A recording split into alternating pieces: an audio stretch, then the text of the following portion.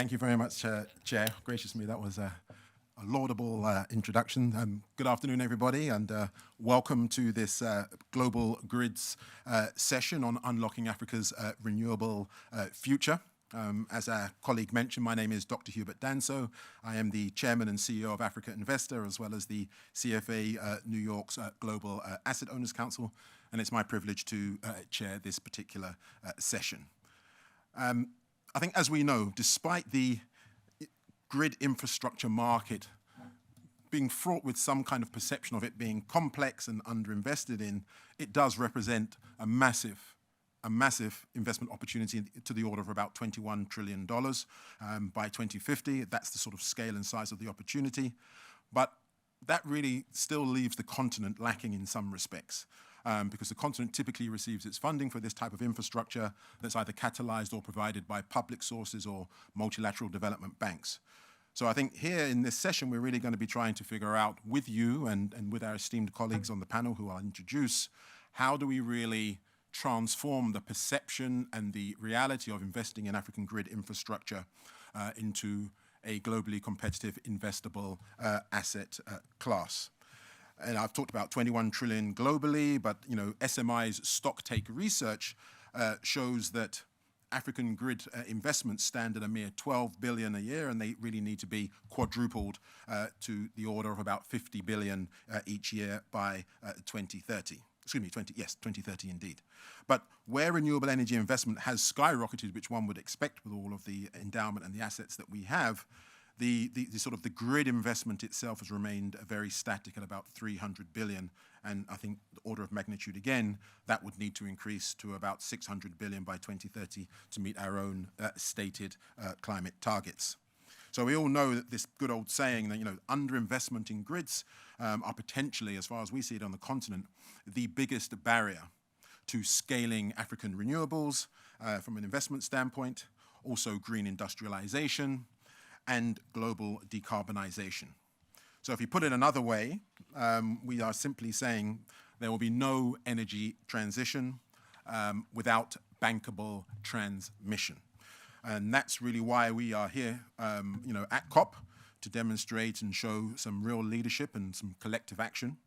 So this session is really going to address how the private sector and SMI can take that collective action with your good support to build momentum, to spearhead and scale grid project investments and make transmission projects more bankable. And as we just said, the ultimate aim is to ensure that we can characterize it and ultimately see it perform as a globally competitive investable asset class.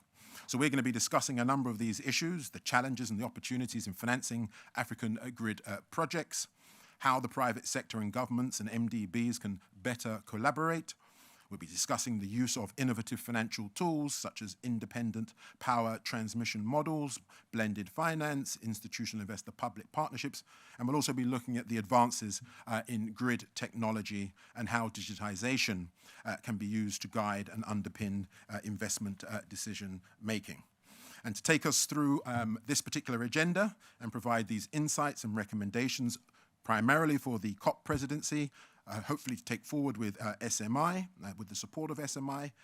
We've assembled this impressive array of investment leaders who work extensively in the area and on the continent. So let me just quickly run through who you have. You have Ms. Ije Okeke, who is the Managing Director of Rocky Mountain Institute. I'm only pausing because I'm not hearing a clap. Thank you. We have Mr. Sharif Elekoli, who is the partner and head of the Middle East and North Africa at Actis. We have Mr. Chris Flavin, who is the managing director at GridWorks. We have Greg Jackson, who is the CEO of Octopus Energy. And we have Nadia Hakkason, who is the Africa Senior Vice President for Siemens Energy. Well, thank you for your participation so early on. So I'm now going to call on my dear friend and colleague, Ije, to come and give some opening keynote remarks. And then following that, we'll enter into our panel discussion. Thank you.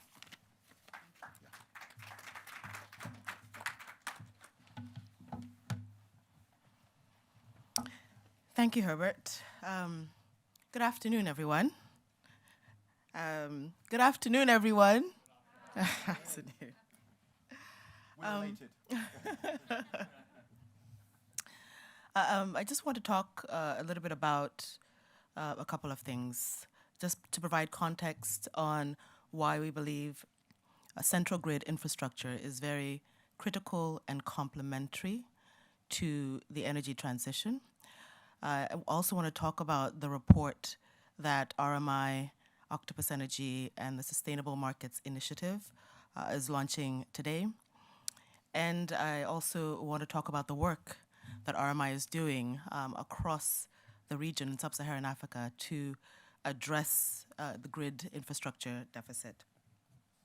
Across Africa, over 600 million people today still do not have access to reliable and affordable electricity. Achieving universal energy access will require using a mix of technologies that are available to us, both the central grid system and distributed renewable energy systems. We believe that using an integrated distribution model is essential to really addressing energy poverty in the region. In some cases, the least cost and fastest way to improve energy access is through grid extension. In other cases, you may need to work with decentralized mini-grids. And further along the value chain, you may also need to look at solar home systems. Luckily, we have this myriad of resources available to us to address the energy poverty issues in the region. There is no single solution, as I mentioned, and today a lot of these technologies can be used in a very complementary manner in addressing the challenges that we have before us. Mini-grids are already providing over 27 million people in Africa with energy access. And that is more than any other continent in the world. Oftentimes, because of the energy access deficit we have, with only roughly 40% of Africans having access to energy, it gives us this opportunity to use different models to address these challenges. Solar home systems on the continent provide 45 million citizens with energy access. And this is just a demonstration of how we can use different methodologies to reach communities. Despite all of that, over 40% of the improvement in energy access is still expected to come from the central grid systems across Africa. And in appreciation of this reality at RMI, our program uses that dual strategy, where we're working closely with utilities and implementing what we're calling the Global Utility Innovation System to help digitize utilities, reform utilities, and catalyze investments into utilities. The other aspect of our strategy is supporting decentralized renewable energy systems and looking at ways of de-risking those systems and having them work very closely with utilities so that they can be deployed not in a competitive manner, but in a very complementary manner. Now, coming back to the utilities, several years of underinvestment in our grid system has led to poor reliability, inefficient operation, and high technical and commercial losses. In Nigeria, where I ran a utility for 5 years, we had technical losses at the time we acquired the utility of 60%. And even after 5 years, we were able to bring it down significantly, but it was still fairly high at roughly 40% aggregate technical and commercial losses. So for every dollar of electricity that is channeled into that grid system, 60% of it gets, 40% of it gets lost. To transform these grids, I think we need a combination of investment and innovative thinking. This is a major opportunity to really invest in the grids to help us secure a clean and prosperous energy system. To unlock these opportunities, investments must be scaled rapidly. harnessing new financing structures, innovative business models, and making best use of advanced technologies to make grids more efficient. But the most important thing that we must do as we look at transforming our grids is invest in Africa's most abundant resource, and that is its people. This report that we are launching today, co-authored by Rocky Mountain Institute, RMI, and Octopus Energy, through the support from the Sustainable Market Initiative, examines the challenges impacting grids on the continent and sheds light on the actions needed to overcome these challenges to achieve a more sustainable energy system on the continent. In putting together this report, we drew on interviews with over 50 organizations from Africa and the rest of the world. And we held 2 workshops with global experts, and this report synthesizes our findings and extracts recommended actions that can make the most positive impact. The report focuses on 2 themes: money and models. The money section explores the pivotal role that the public sector and the MDBs, development finance institutions, have played in grid development to date. It also looks at the investment gap that we still have. Hubert mentioned the amount of the quantum of capital needed to transform these grids. And we look at this investment gap and the important role that the private sector has to play in developing the grid. It is up to us to look at innovative structures that can combine different pools of capital outside of public sector, which has been historically the main source of capital for grids. We look at ways of combining philanthropic, public, and private sector capital to help catalyze investments into the grid. The model section takes stock of the opportunities arising from the skill potential on the continent, the innovation in data and digital technologies, and smart grids. Africa's population is the youngest in the world, and by engaging local communities, providing skills and training, and local green economies can be fostered, unleashing a new wave of sustainable growth. The launch of this report today at COP28 represents a pivotal opportunity for advancing actionable strategies that have the potential to propel Africa towards a sustainable energy future. Now is the time for action so we can truly accelerate the shift towards a cleaner, cheaper, and more resilient energy system for all. I look forward to continuing this discussion during the panel with my colleagues. Thank you all for your time.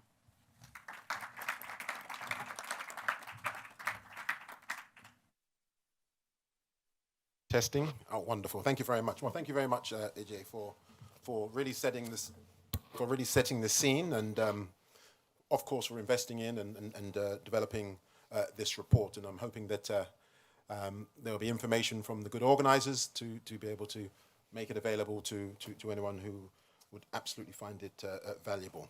So we're going to jump straight into this discussion, which is really posited around some of the key elements of the report that AJ just introduced. So I'm going to, in the interest of time, just start with Sharif.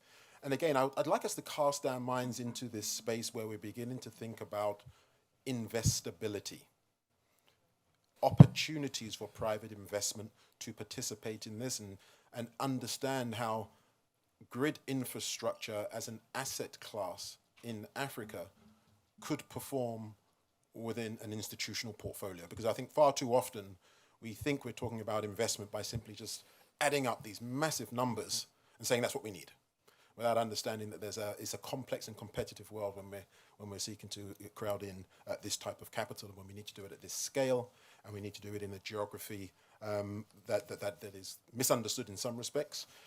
So Sharif, I just want to, there were some bold and ambitious targets that I'm sure are in the report, and I know that Ije alluded to.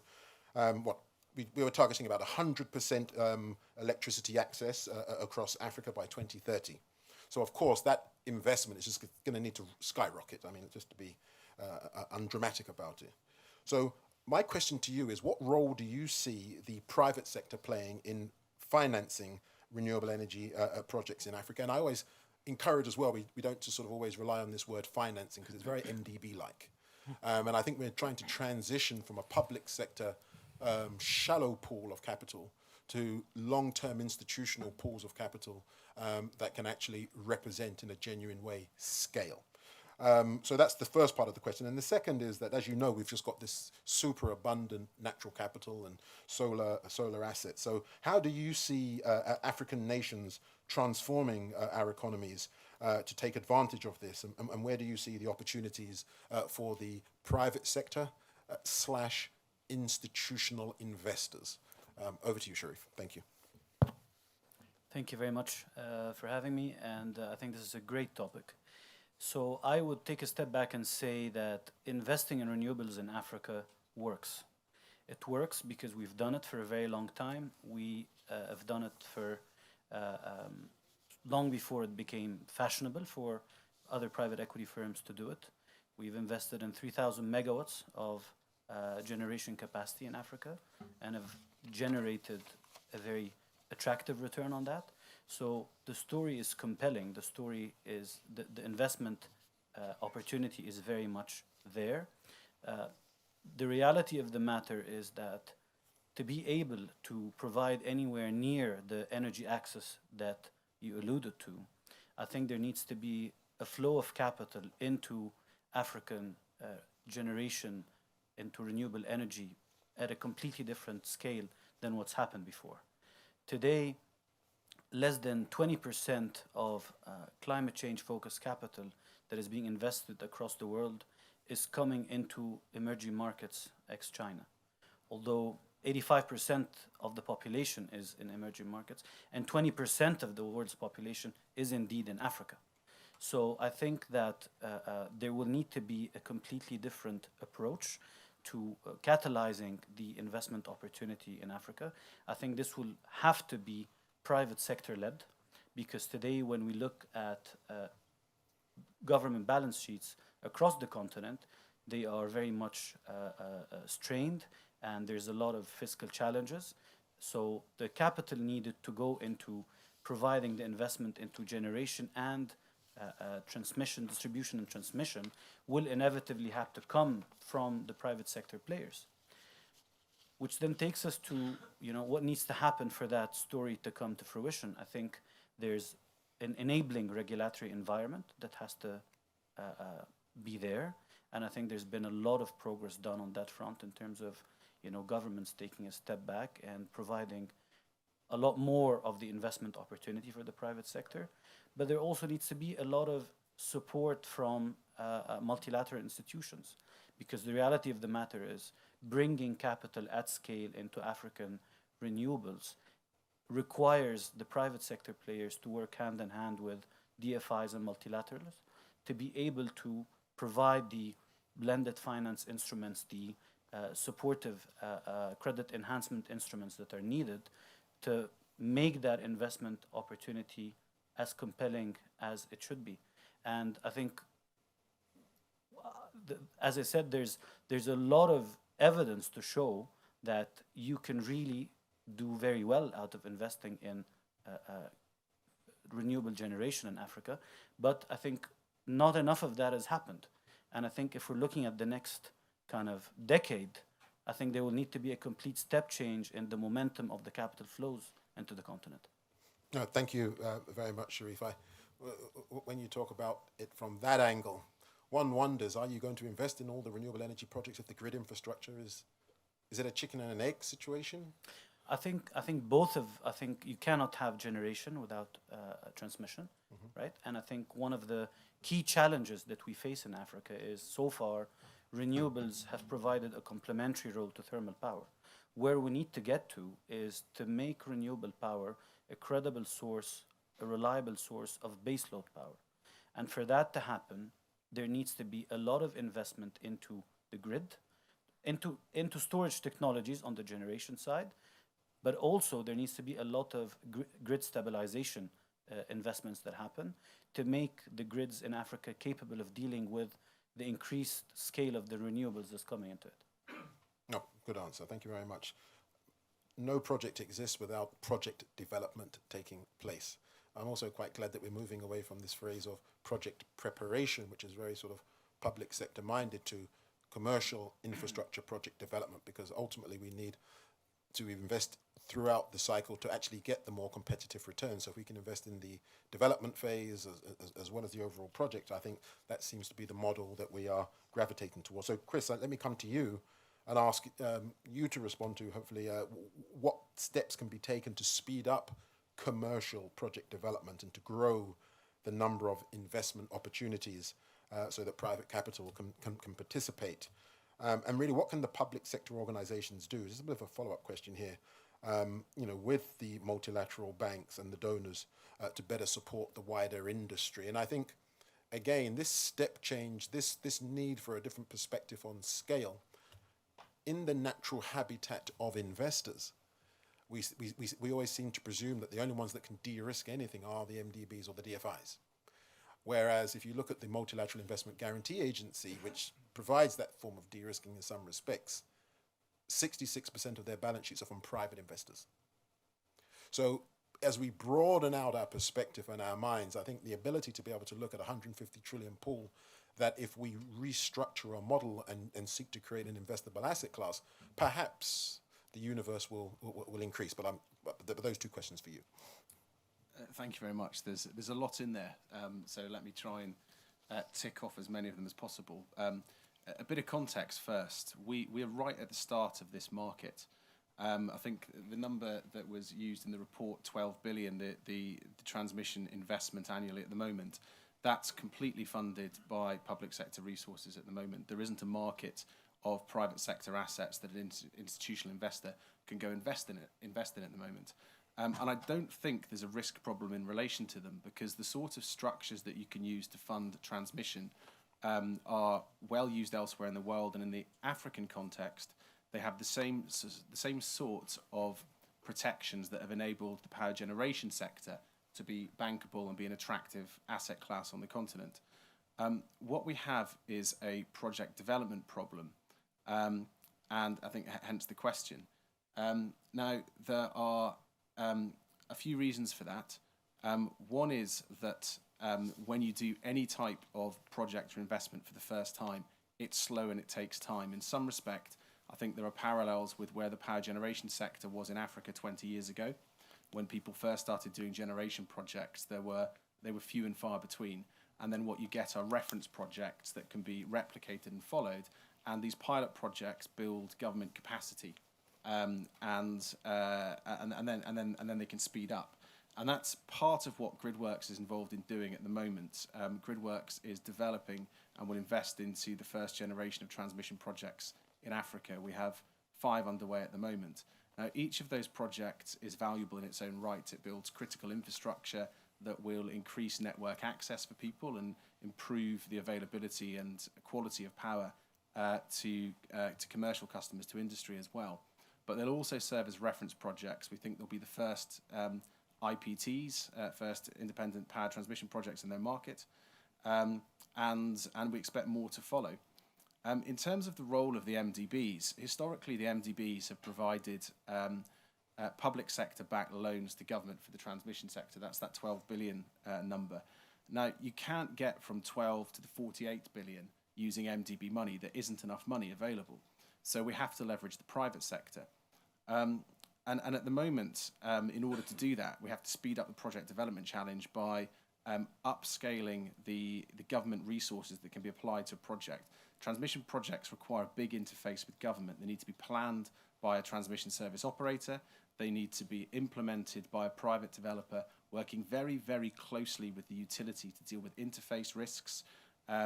This asset is networked. It's not as sort of discrete as a generation asset on the network.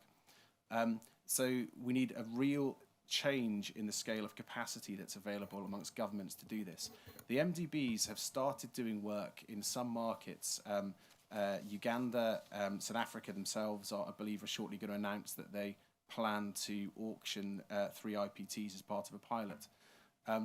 but it's very hard to go from 0 to 100 miles an hour and conduct a large-scale infrastructure tender. The resources that are required at government simply don't exist at the moment. You need to hugely increase the government capacity to engage with projects like this.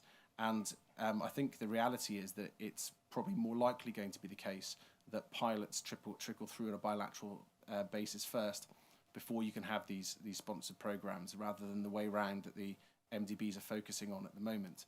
I think the other thing I'll just say about the role of the MDBs, there's a couple of other simple things they could do that could make a big difference to the market as well. At the moment, for transmission to be eligible for climate finance, there's a taxonomy that's applied to it that's actually, it's part of the common principles, and it's largely based on the status of transmission networks in developed markets. It looks at the grid before and after a particular transmission project, and then assesses its impact in terms of net zero targets. And this isn't really appropriate for Africa. There are 600 million people on the continent of Africa who don't have a grid connection. And those people don't sit there not consuming energy. They use diesel gensets, they chop down trees for charcoal, they produce power in other ways that are carbon emitting. And not factoring those activities in place mean that lots of interesting projects in Africa that are climate friendly don't qualify for the MDB's taxonomy. So I think that's a practical step that can be looked at straight away. I'll finish in a moment, but I'll just pick up one other point that you mentioned in your question as well around risk. I don't think that there is a big risk problem in the transmission sector. That's not the reason why people aren't investing in transmission. There are similar bankable structures similar to the power generation sector, and this is a lower risk asset class traditionally elsewhere in the world. The operating risks are lower. There's two problems. One of them is the project development problem, which I just described. There simply aren't assets coming to market, and that will change over time through projects like the ones that we're working on. But the other project is a viability gap. The other problem is a viability gap problem, not a risk problem, whereby if you provide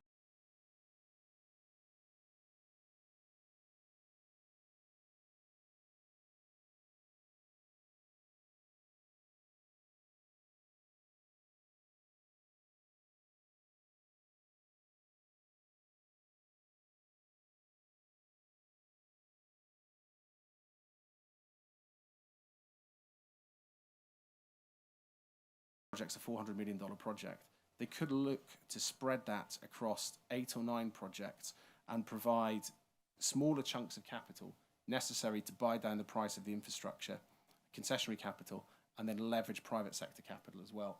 And that's the only way that I can see the sector in Africa getting the funding it needs to meet the 2050 targets, let alone the 2030 universal access targets, which I think sadly are not achievable at this stage.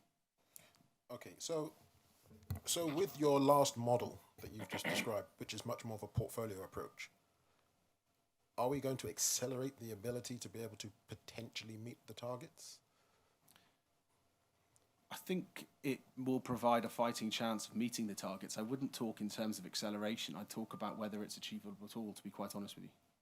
Interesting. Well, if there's any way that we can achieve those targets, I suppose it's in this new era of digitization. So I'm going to come to you, Greg, as our digitization person, and I think we can never overstate the importance of optimization and digital technologies in infrastructure.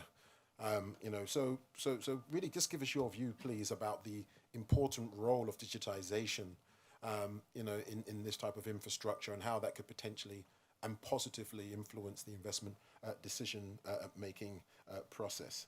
And really, we're talking about how do we engage consumers in this overall discussion. How do you think consumers can actively support the grid, and what steps should be taken to advance this? Over to you. Yeah, great, thank you. And actually, I was really pleased when Sharif described moving to renewables as a form of firm power or replacement for baseload. Because fundamentally, look, the grids of the world, the word transmission tells you everything you need to know. In the old days, power generation was typically huge, very concentrated plants near coal fields or maybe nuclear power stations. And then you transmitted the power to the population centres. But renewables are naturally a decentralized resource. They can be built everywhere. They can be built much closer to demand. And the grid really moves from a model of transmitting huge amounts of power long distances to balancing the demand and supply in any given location, and then balancing between kind of areas that have got excess at any given moment in time and areas that got a deficit at any given moment in time. And so if we're going to be thinking like that, it's extremely helpful because we need less infrastructure. Less infrastructure means it's cheaper and quicker to build. It means that we can concentrate the investment in the stuff that's really needed to make a difference today. And a couple of interesting features, right? Africa is 6 time zones, right? So you can be balancing that solar resource, as the day progresses, helping deliver firm power without fossil fuels. And we can be building this from the top down and the bottom up at the same time, rapidly improving both the efficiency of the investment decisions and people's lives as we go. We don't need to wait for all the infrastructure in place. And EJ mentioned that Africa is the world leader in microgrids, right? And you're literally going from no grid at all, a house with solar panels, to a microgrid where that house is balanced with some others in the same situation and some local businesses. And then you start joining the communities. And so I think this top-down, bottom-up, seeing the grid as a balancing mechanism, but this is only possible if you've got the real-time data on what is being consumed and generated throughout that system, and then are using that, ideally, to send price signals that ensure that electricity is flowing to the right place at the right time. Great points. I suppose I'm still hanging off of Chris's news. He's flattered my spirit just a little bit, I have to say, because I thought we've got all of this great energy that's going to say this is how we get to the target, or this is how the private sector can completely transform things. But of course, we have to be realistic. But Greg, I'd like to get your ideas. Leveraging digitization and all of these different other opportunities that you see in some of those examples that you've just given. How can we accelerate the crowding in of the private capital aligned to the targets? Because we're here right now, it's a big stock take. A lot of the governments are going to be saying to us, well, we're now wanting to work with you as the private sector. What are your great ideas? We have this target. How are we going to exceed it? Let alone, are we even going to get there? Yeah, look, I mean, a quick thought on this, right? Yes. At the same time as we're trying to decarbonise the supply of electricity, and by the way, to bring it to the 40-odd% of households that don't have access to electricity today, we're changing how we consume. At the moment, I think it takes about 3 weeks to get fossil fuels from ports to many major African cities. Right? By the way, it takes 2 or 3 days in Europe. As we move to electrification of transport, so you're able to take these decentralized, super cheap renewables and use them to revolutionize not only the ways we use electricity today, but the ways we need to use it tomorrow. And look, how many people die every year in the world from local air pollution? I think it's 10 million people a year. All right, that's from burning stuff. That's from what was described earlier as chopping down trees, making charcoal, and diesel gensets. So I think what we need to recognize as we're trying to crowd in more investment is the number of solutions we're bringing here. It's not just tackling climate change. It's also tackling social justice on a global scale and, critically, immediate health needs. Wonderful. No, thank you very much. And obviously, digitization is the hot topic. And I know that, Nadia, this is something that I'd like you to also touch on. You've got deep experience in this. Anything to add from what Greg has shared there, or any bigger views or alternative views? Yeah, I mean, digital absolutely serves. But before we get to that, I would like to paint a more broad perspective, if you don't mind. First of all, it's great to be here, and this is such an interesting dialogue, right? Because, I mean, we have the ambition, of course, to secure energy access for all. That's number one, right? We know the context of today. We know we want to decarbonize, right? That's another. We know that we are moving into a more digitalized world where data centers are also an important market that is emerging in Africa as well, and that also requires transmission products, right? Obviously, I work for Siemens Energy, and we are driving quite large-scale infrastructure projects in transmission, distribution, power generation, whether conventional or wind. We're looking at a future perspective that is going to be more hybrid solutions as well, especially if we're talking about decentralized solutions, right? Where you're going to see a mix of PV and wind and battery storage, and that is also requiring a thought around what kind of transmission products need to serve this energy system, which is serving maybe a rural community, right? From a infrastructure perspective, number one is you need a plan. If you don't have a plan, then it's a plan to fail, right? So I think the success factor is still in governments outlining a plan that can still have a privatization element, because you first need to decide as a country to which extent do I want my grid to serve my population, right? That is an active decision where you need to look at where are my urban centers that I reach as many people as possible, and where do I say that from there on it stops and it needs to be rather microgrids, decentralized solutions where you have an island mode type of a solution. And I think we need to do both, right? But we need a combination of support from government, right? Government need to make sure that we don't have any policy uncertainty, because that limits attraction of investors, right? You want as low risk as possible. We need some successful projects as well, because I think some of the, maybe we'll get into this topic later, but some of the deterring factors for investment is, of course, if you see that it has taken more than a decade, in some cases with some of these infrastructure projects, then that is a deterring factor. So that's why also we need to accelerate progress by showing we can implement. We don't just talk, we go from plan to implementation, and we show that there is a market here, there is a stability in governance, we have policies that give the right incentives for investors, but also, I mean, I anticipate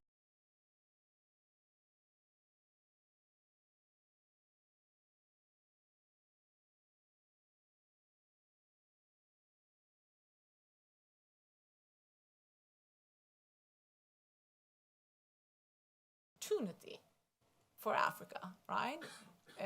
To both serve its own energy needs and close the energy access gaps that we see, but also create a domestic, a regional market, sub-regional market, and cross-regional market where we can really, out of Africa, supply green electricity or green molecules to serve the decarbonization ambitions of Europe or of other regions, right? So how to translate that market opportunity to real market that then drives industrialization, socioeconomic growth, builds out this resilient energy infrastructure that is sustainable, that is reliable, that is affordable. That's the challenge that we need to figure out. And it's not a one-way solution. It's not a private or a public. It's a combined effort. And it's very much also a case by case. We talk about Africa, we talk about 52 countries, right? And every country has different opportunities based on its access, its renewable natural resources. Some countries, obviously, on the coastline have great, magnificent opportunities for wind, for solar, and that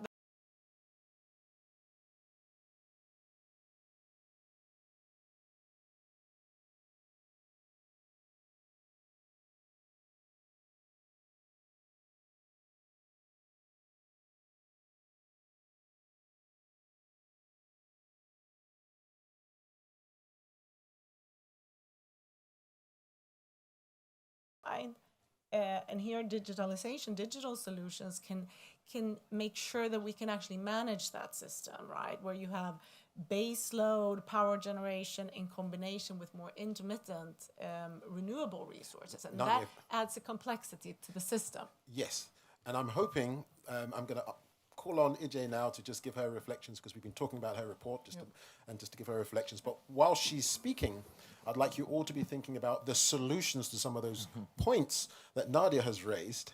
Again, from the private sector standpoint, from the SMI standpoint, how do we think we can contribute towards this, maybe through some kind of working structure, in collaboration with the COP28 presidency or in support of the COP28 presidency, to say how can we essentially provide some key recommendations about how to mobilize private capital at scale for African grid infrastructure, so that becomes the expectation and not the exception. I'm going to give you each 30 seconds, and we're going to start with Greg after Ije has finished, and we're going to bookend it with me. So over to you, Ije. Thanks. A little bit of homework. No, what I've heard is actually quite inspiring, quite interesting for my fellow panelists. We're well aware of the need for project development to really create bankable projects, even in transmission and distribution, in the way that we have done so in generation. One of the comments that really resonated with me was actually Greg's comment, where he talked about, what we're calling the central grid has to change. We can't fund central grid transmission and distribution projects in the way that we've done so 100 years ago, right? Right now, with the advances in technology, we can bring generation closer to where it's needed. We can serve communities in a more cost-effective manner. Historically, we embarked on major grid extension projects in cases where it didn't make sense, didn't make economic sense, and that required a significant amount of subsidy.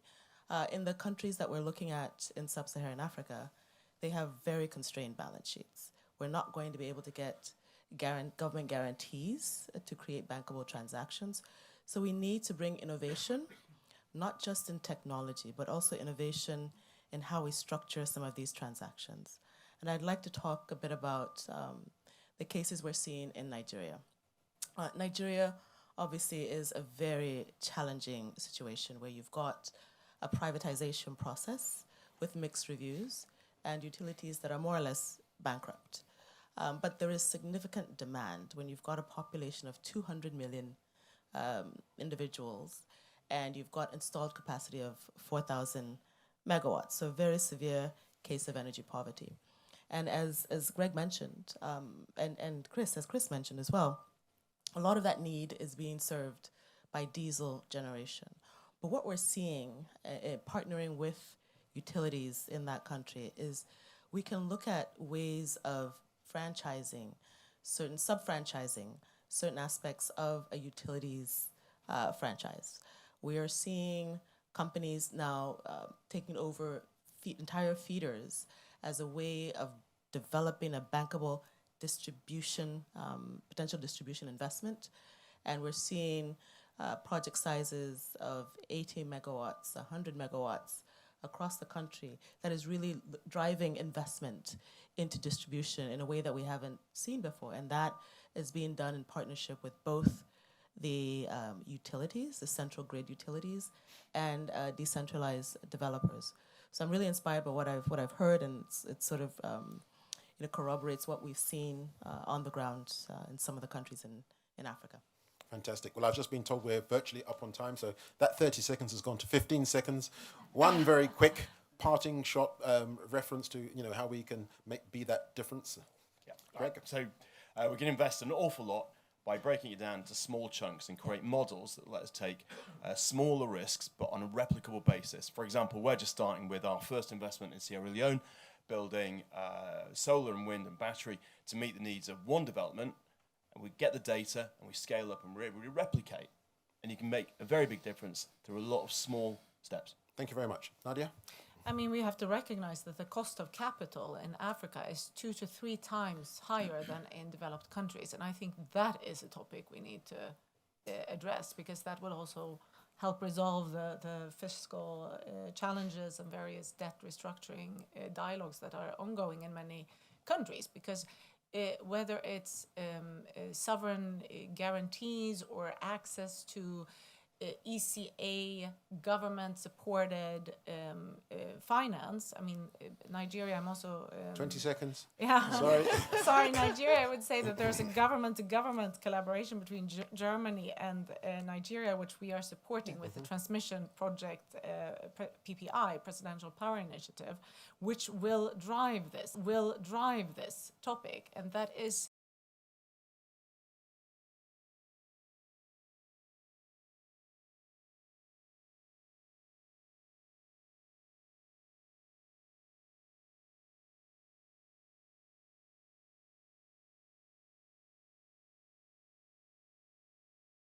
opportunity. And I think there's the reality of the difference between the perception of risk versus the reality of risk in Africa. And I think if you look at political risk insurance products and, MIGA, for example, how many claims have been made because of breach of contract under MIGA policies in Africa? The answer is very, very few.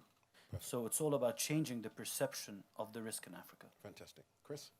Thank you. I agree with Omar. I don't think there is a risk problem. I think it's a perception problem. But I think the biggest change we can make is by focusing on the biggest bottleneck, which is project development. There's two sides of that. We need more funding for developers, more people prepared to take the early stage development risk rather than the investment risk after financial close. And I think there's a big role to play on the public sector side as well for MDVs and government in terms of increasing capacity with local governments, because you have to have government counterparties to large-scale infrastructure projects. And that's a massive bottleneck at the moment. It is not something the private sector can fix itself. Final word, EJ? No, I think I want to thank all of the panelists for spending time and helping us launch this important report that we think presents an opportunity for investments in the grid infrastructure in sub-Saharan Africa. Thank you. Please join me in thanking the panel for that excellent interaction. And thank you for being such a great audience. The session is closed.